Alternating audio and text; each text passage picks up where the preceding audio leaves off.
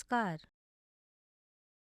आशा है आप सभी अच्छा कर रहे हैं। आज का विषय है भारत में कृषि।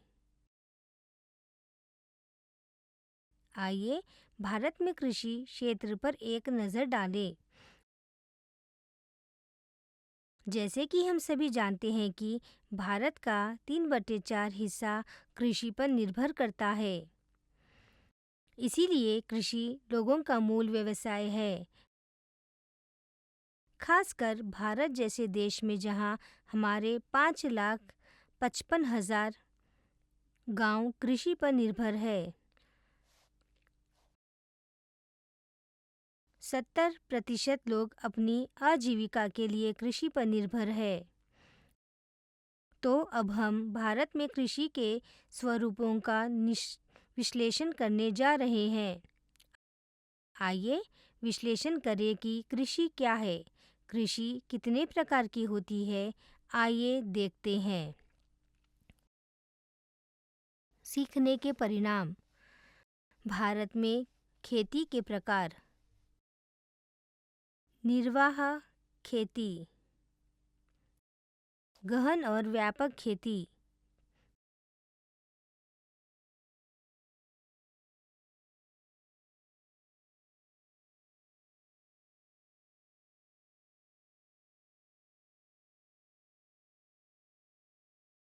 व्यावसायिक खेती,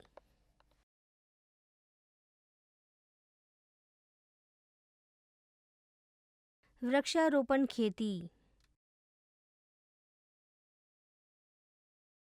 मिश्रित खेती। दूसरा, फसल ऋतु।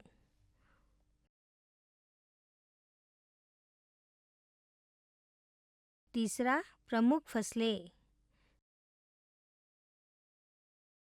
चौथा, खाद्य फसलें और गैर खाद्य फसलें। शुष्क भूमि कृषि। छठा, हरित क्रांति के प्रभाव। सातवां, उर्वरक समस्या। आठवां, कृषि का महत्व। नौवां, कृषि उत्पादों में विदेशी व्यापार।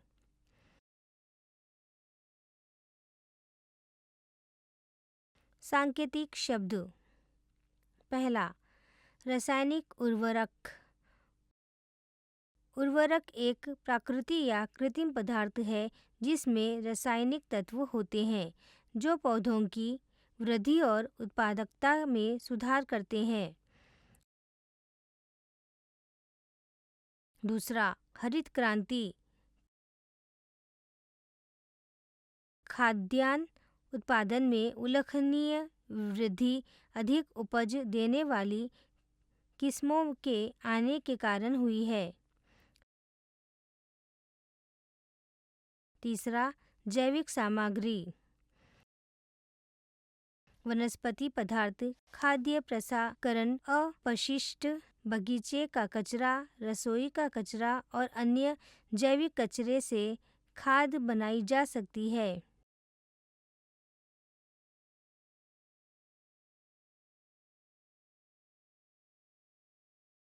चौथा, शुष्क भूमि कृषि।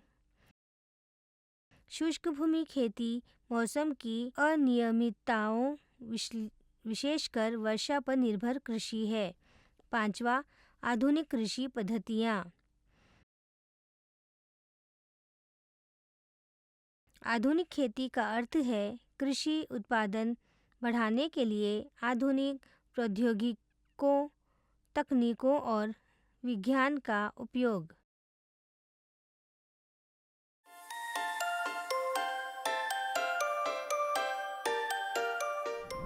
कृषि का महत्व।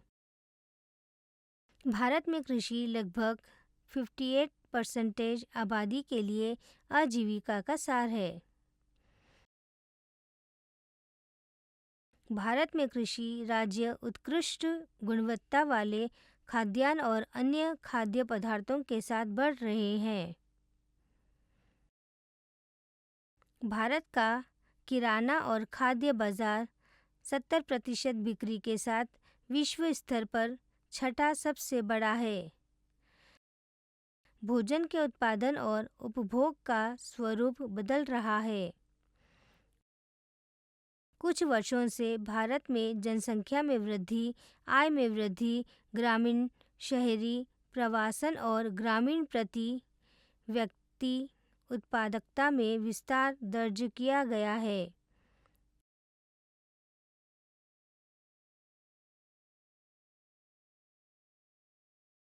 इन सभी कारकों के बढ़ने से भोजन की मांग में वृद्धि हुई है।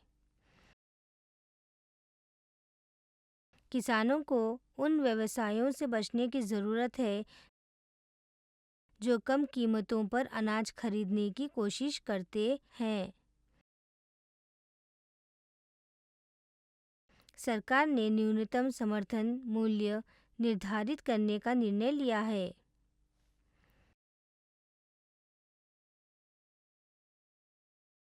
न्यूनतम समर्थन मूल्य से किसानों को अपना अनाज व्यापारियों को सस्ते दामों पर बेचने के लिए मजबूर नहीं होना पड़ेगा। सरकार द्वारा किसानों से अनाज खरीदने और उसका भंडारण करने के लिए भारतीय खाद्य निर्माण का गठन किया गया था और राशन की दुकानों और अन्य सरकारी योजनाओं में अनाज की आपूर्ति करता है। हमारे देश में कृषि एक सदियों पुरानी आर्थिक क्रिया है। पिछले कुछ वर्षों में भौतिक पर्यावरण की विशेषताओं और तकनीकी और सामाजिक संस्कृति प्रथाओं के आधार पर खेती के तरीकों में काफ़ी बदलाव आया है।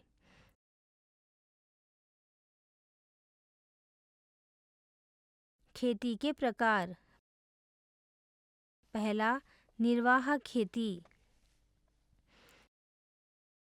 निर्वाह खेती एक प्रकार की कृषि है जिसमें किसान अपने उपभोग के लिए और अपने परिवारों या समुदायों की बुनियादी ज़रूरतों को पूरा करने के लिए फसलें उगाते हैं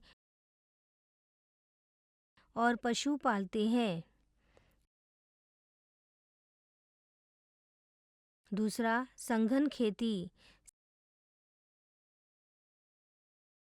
संघन खेती रसायनों, मशीनों और श्रम का उपयोग करके कम भूमि पर अधिक भोजन उगाने का एक तरीका है।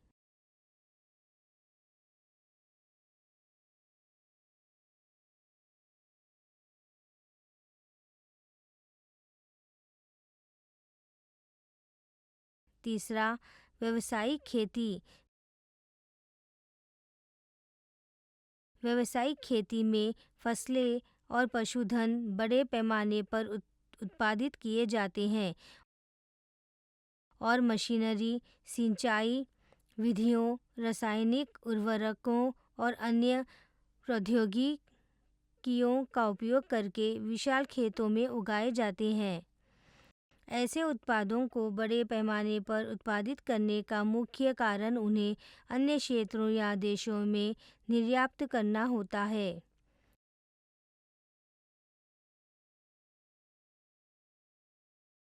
चौथा, वृक्षारोपण खेती। भारत में वृक्षारोपण फसलें आमतौर पर बड़े संपादों में उगाई जाती है और आमतौर पर एकल कृषि होती है।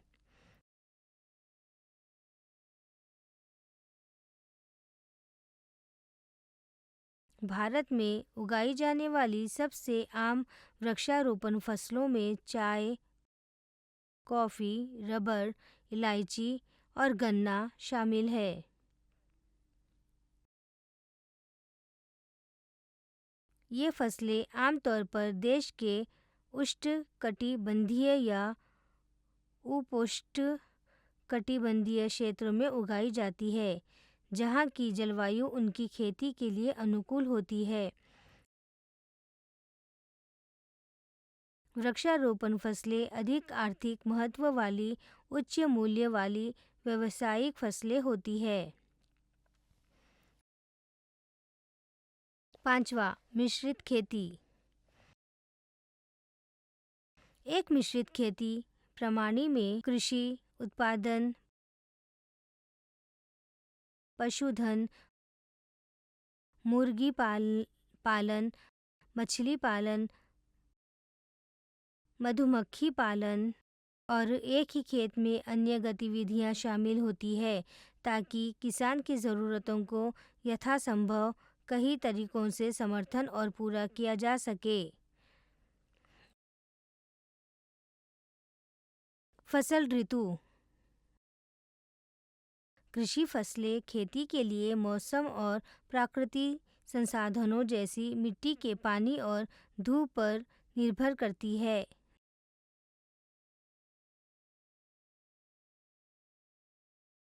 दूसरा, भारत में 3 फसल मौसम है: रबी, खरीफ और ज़ैद। चौथा, रबी फसलें सर्दियों में अक्टूबर से दिसंबर तक बोई जाती है और गरीबों में अप्रैल से जून तक काटी जाती है।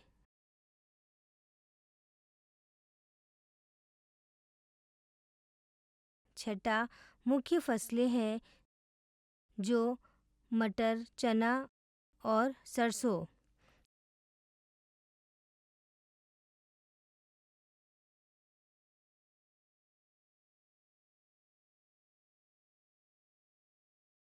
खरीफ फसलें देश के विभिन्न हिस्सों में मानसून की शुरुआत के साथ उगाई जाती है और उनकी कटाई सितंबर-अक्टूबर में की जाती है।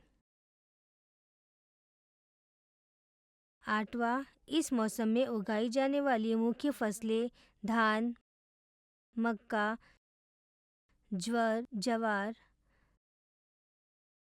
बाजरा, लाल चना, हरा चना, काला चना, कपास और मूंगफली होती है। आठवां, रबी और खरीफ मौसम के बीच गर्मी के महीनों के दौरान एक छोटा मौसम होता है जिसे ज़ैद मौसम के रूप में जाना जाता है। नौवां, मुख्य फसलें हैं तरबूज, खरबूजा, सब्जियां और चारा फसलें।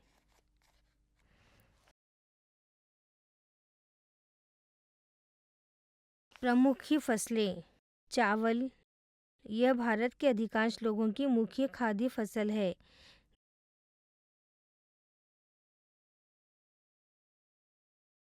गेहूँ, यह दुनिया की दूसरी सबसे महत्वपूर्ण अनाज की फसल है।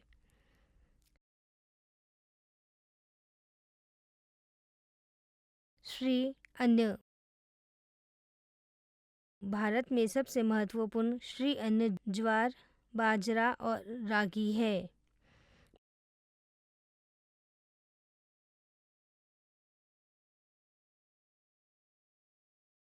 मक्का, यह एक ऐसी फसल है जिसका उपयोग भोजन और चारे दोनों के लिए किया जाता है।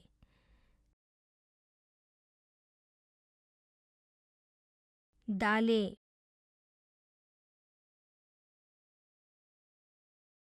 भारत दुनिया का सबसे बड़ा दाल का उत्पादक और उपभोक्ता दोनों है।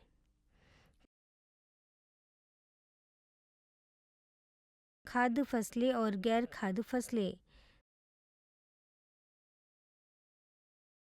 खाद्य फसलें गन्ना, तिलहन, चाय, कॉफ़ी और बागवानी फसलें जैसे फल, सब्जियां हैं। गैर खाद्य फसलें रबर, रेशे वाली फसलें, कपास और जूट है।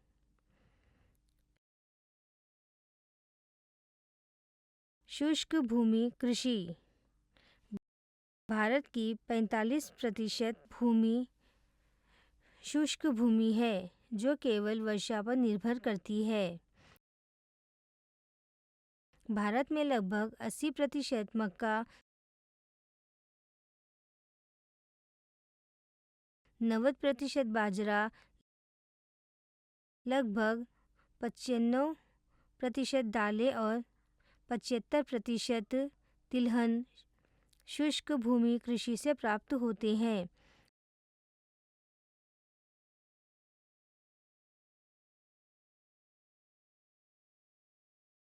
हरित क्रांति के प्रभाव। खाद्य उत्पादन में उल्लेखनीय वृद्धि, विशेषकर गेहूं और चावल में, जिसमें खाद्य सुरक्षा में सुधार और भूखमरी कम करने में मदद मिली। इस आंदोलन ने भारत में किसानों की आय बढ़ाने और उनके जीवन स्तर में सुधार करने में मदद की। हरित क्रांति ने भारतीय अर्थव्यवस्था को बढ़ावा देने में मदद की। कृषि उत्पादन में वृद्धि ने आर्थिक विकास में योगदान दिया। उर्वरक समस्या। रासायनिक उर्वरक मिट्टी में जीवाणु और अन्य जीवों को मार सकते हैं।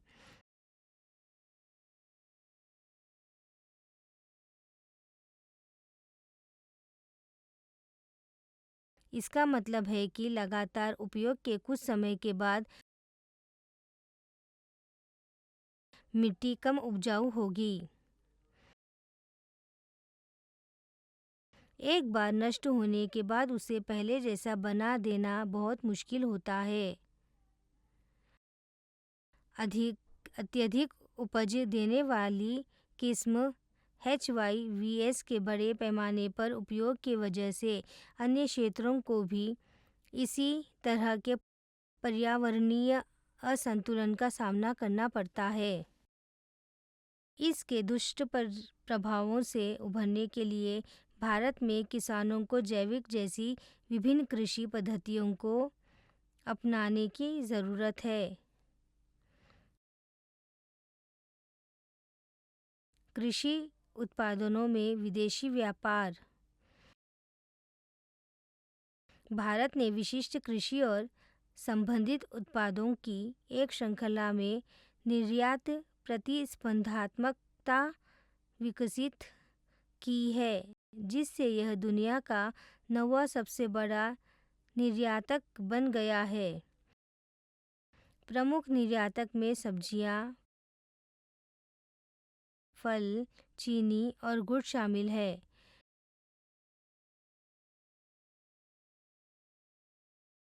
विकासशील देश भारत पर अधिक महत्वपूर्ण आयात की अनुमति देने के लिए जोर डाल रहे हैं।